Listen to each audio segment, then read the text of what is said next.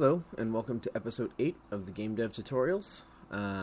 Today we're going to work on health bars, or specifically a health bar, but we're going to have a class for it, so we'll be able to make more if you want. First thing we're going to do is we're going to add health and max health to hero. We're actually going to do it to unit. That's a mistake there. We're going to edit get hit to pass in a float. That'll be the damage that's being done. And we'll subtract the float from the health. And then when the health is 0, then we'll add a death, even though we're not going to worry about the hero dying today. We are going to add the ability to pass a color in to shade our basic 2Ds. I mentioned this before a few episodes ago. We're going to do it today. Then we're going to create a quantity display bar class, which is going to take probably the majority of the time today. And lastly, we are going to add a quantity display bar to the UI and then update it. Alright, well, let's jump right in. Let's start by adding to unit. So let's just go to definition here. And we're going to add floats for health and max, or health max. The reason I say health max and not max health is because when I type in an H, both of them come up, and it's nice to see, whereas the other one, you'd have to type H or an M to remember back and forth. This one keeps them straight, and when put in alphabetical order, they're a little easier to see next to each other.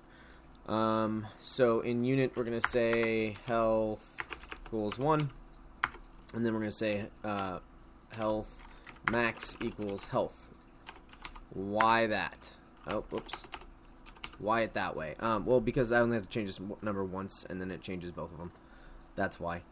Now we're going to take this little spiffy bit here. We're going to go into hero, which is here. And we are going to set hero's health to 5. You can set it to whatever you want, but in this case, 5 will show a good enough change that it'll be worth having. Now, we are going to go into unit. We're going to take get hit. What we're going to do is we are going to overwrite it for now. Eventually I'll be taking this one for unit and I'll be placing it here. You know what? No, that'll be fine actually. So let's just say float damage. And then we're going to say health minus equals damage. And then we're going to say if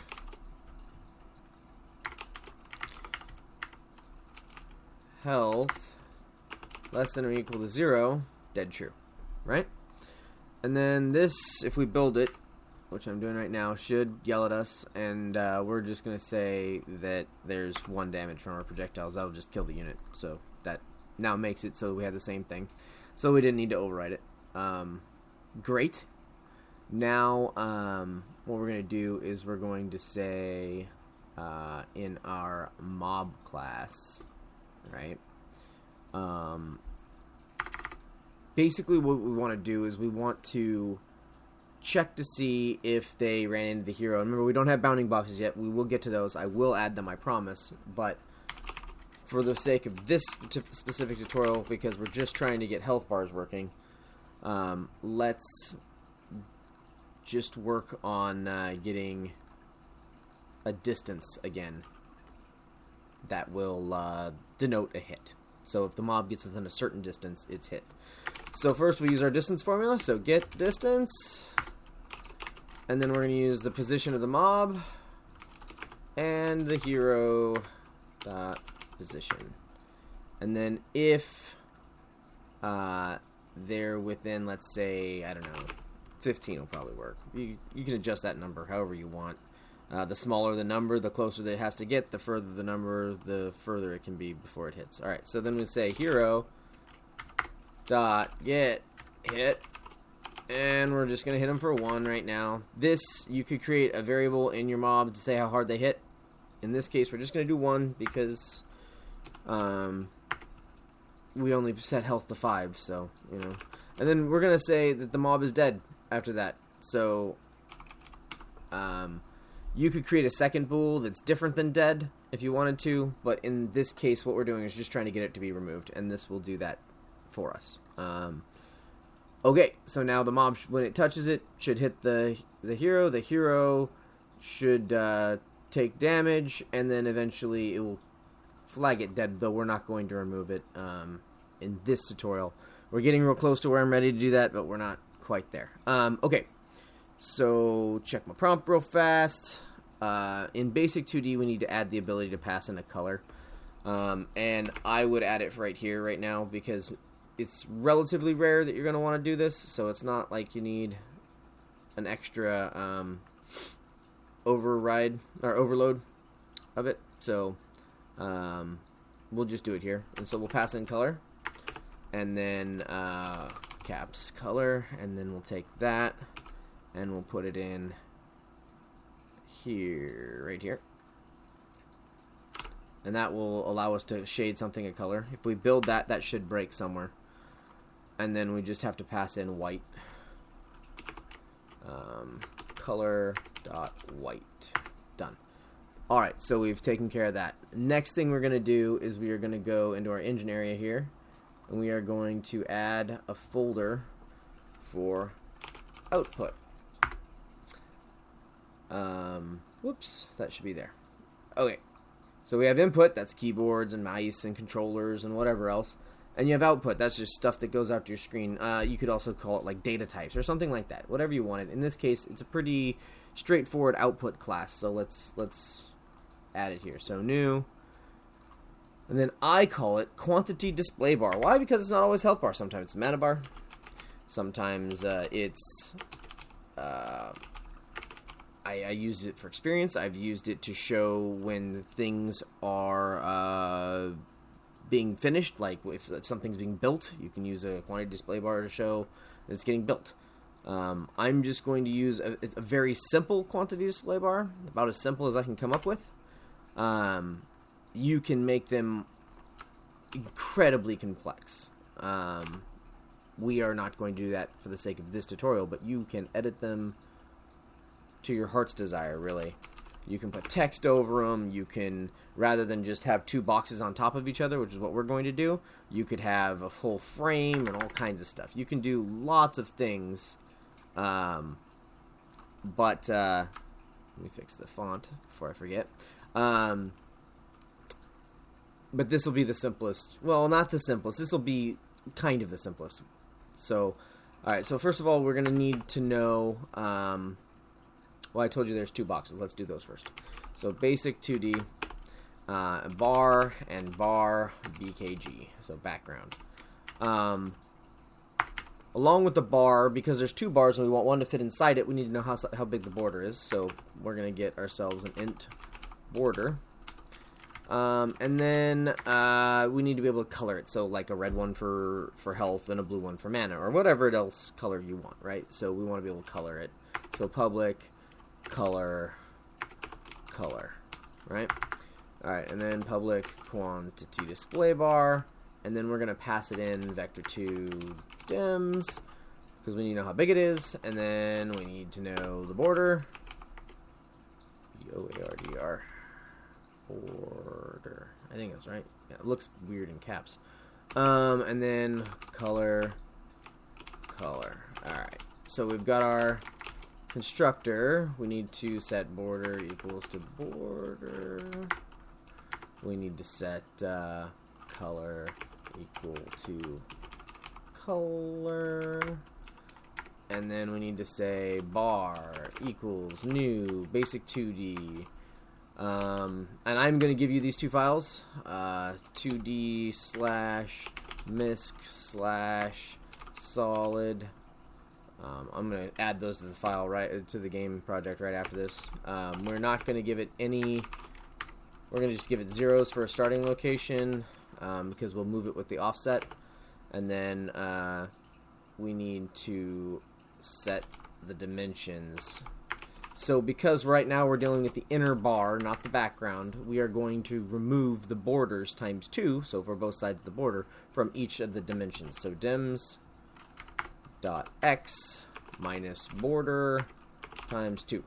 And then dims.y minus border times 2. The reason we do that is so that we have the border on each side. So that's that one. Let's just copy paste this puppy. We're going to make a couple minor changes. First of all, we're going to get bar BKG, put it in here. This will be shade, because I'm going to give you one that's see-through, and this one is solid. I use these as temp art like crazy, so I figured I'd give them to you guys, so you guys have them. I use them, I can't even explain to you how often I use shade and solid for temp art. And then we're not going to have the borders sizes subtracted out from the background. So that will give us 2 different box sizes, okay?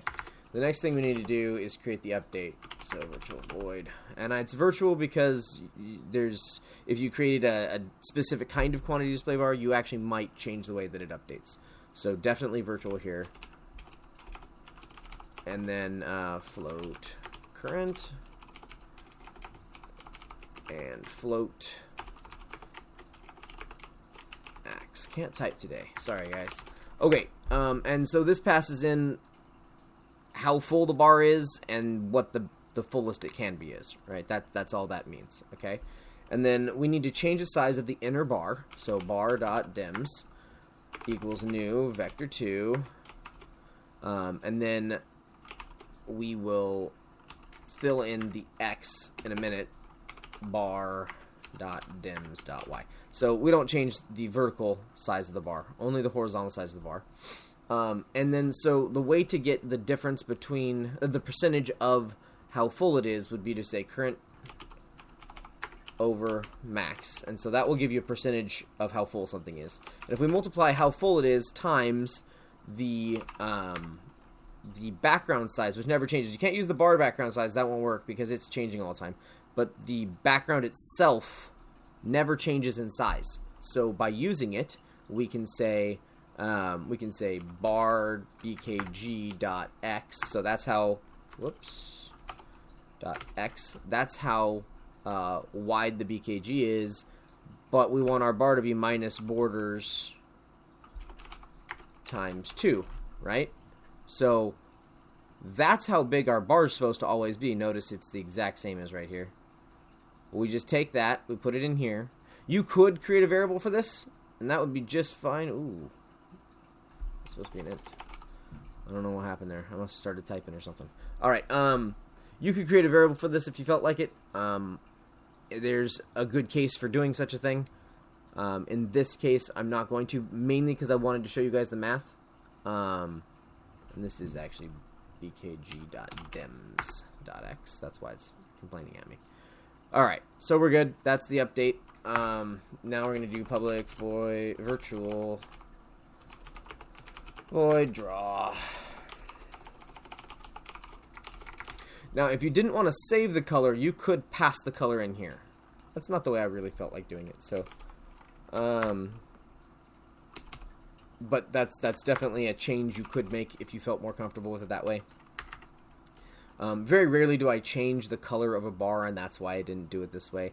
My original quantity display bar actually passed the color in here, and then my newer one doesn't. I don't necessarily know which one's better, per se. I just prefer it this way now. So, we need the vector2 offset. Because that's how we're actually going to move our guy. Or move our thing around. Okay, so, we need to draw this sucker. New vector2, offset. Shoot, we can just pass in offset. We don't need a new vector2 on offset because we don't change offset ever. So, no big deal. Now, this version uses origin. So, and we actually want it to because we want to display it from the left-hand side. It makes the math easier on drawing the bar itself. So, just new vector2 0 0 as opposed to drawing it from the middle, right? And then color nope, no, this one, sorry. The background right now we're just going to color black dot black. Now, when you pass in something other than shade, maybe you want to just turn this to white, because then it'll be whatever background you made. Shade is literally a solid color translucent object. That's all it is. So right now black will make it more visible versus later you might turn that to white because you'll pass in a real background. You won't want to use shade forever. That's a temp art thing. But because that's the way we're working is temp art, works great for our purposes. So here we have new vector 2. And this time it's important because we have to... Oh, no, it's not. We'll still pass an offset out here. And then we'll say border. So we're adding border and border. Not border times 2, just one border, right? Because we want to get down into the middle, and that's the way we want to do that.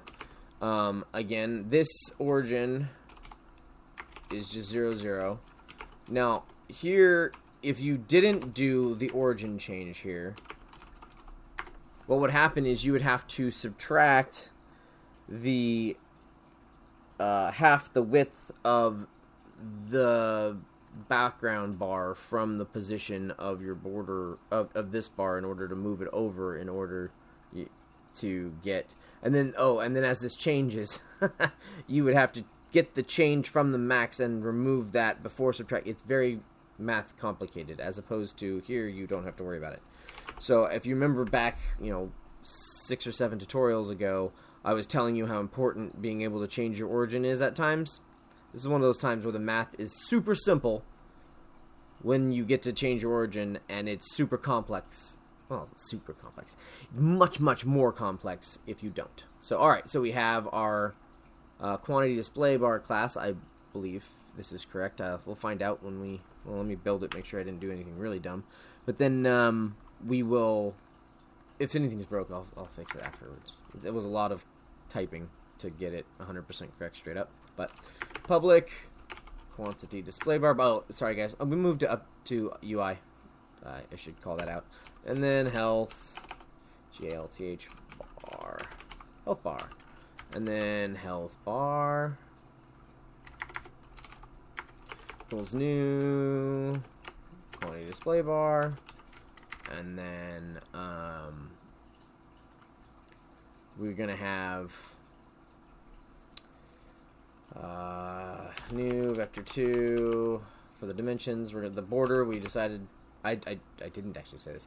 2 is a good enough border. You can make it 3 or 4, whatever. But the bigger you make your border, the smaller you're making your bar in the middle. So keep that in mind. 2 will serve our purposes for now, and then color dot red because it's a health bar. And then here I want it to be 100, the bar to be 100 by 12, and since I know the borders are 2, that makes it actually 104 by 16. This should serve our purposes. You can play with these, make these however you want, but that's the total width including the background of your bar, is what that is. When we update this sucker, so health bar dot update, we need to pass in what the hero's health is. So world.hero.health and max health. So, or health max. World.hero.health max. Okay. So that passes in that stuff. That'll change the bar's size, and then we just need to draw the bar, right? So we'll say health bar dot draw. That would be good. And then in here, new vector 2. I want it to be in the bottom left-hand corner, so just a little bit of spacing from the side, and then to get to the bottom, it's globals dot screen height minus whatever you want to feed into it. And since this one's subtracting 40, let's just subtract 40. So they're kind of lined up. I bet you they're not super lined up because text draw is funny. But alright, so now when something runs into us, our health should drop. Let's see if we are getting that, or if I destroy the world once it decides to load. Ooh. So I told you I was going to add those things, and I totally didn't. So, destroy the world it is. Here's shade and solid. I will provide them to you guys. They're literally a solid white box and I think it's a slightly grayed translucent box. That's all they are. But they're super helpful. Okay, good. There we go. There's our guy. We can still shoot him. We get hit. Ooh, bam! We got hit. We got hit. See, look at there. So there's our health bar. It worked great. Whoops. Don't click off the screen. I guess we should change the screen size eventually. Anyway, guys, that concludes how to make health bars. Again, if you liked this tutorial, make sure you subscribe, hit that like button, let YouTube know that it's a decent video, and we'll continue to push forward. Now that we have a health bar, I think the next tutorial, as long as something doesn't change in my brain here, is going to be having our guy die, which we've already pretty much set up, and then resetting the game. So when you die, maybe it says, you know, press some button, and then it'll reset. Okay? Alright, guys. Thank you very much for watching. I hope you enjoyed it, and we'll see you next time.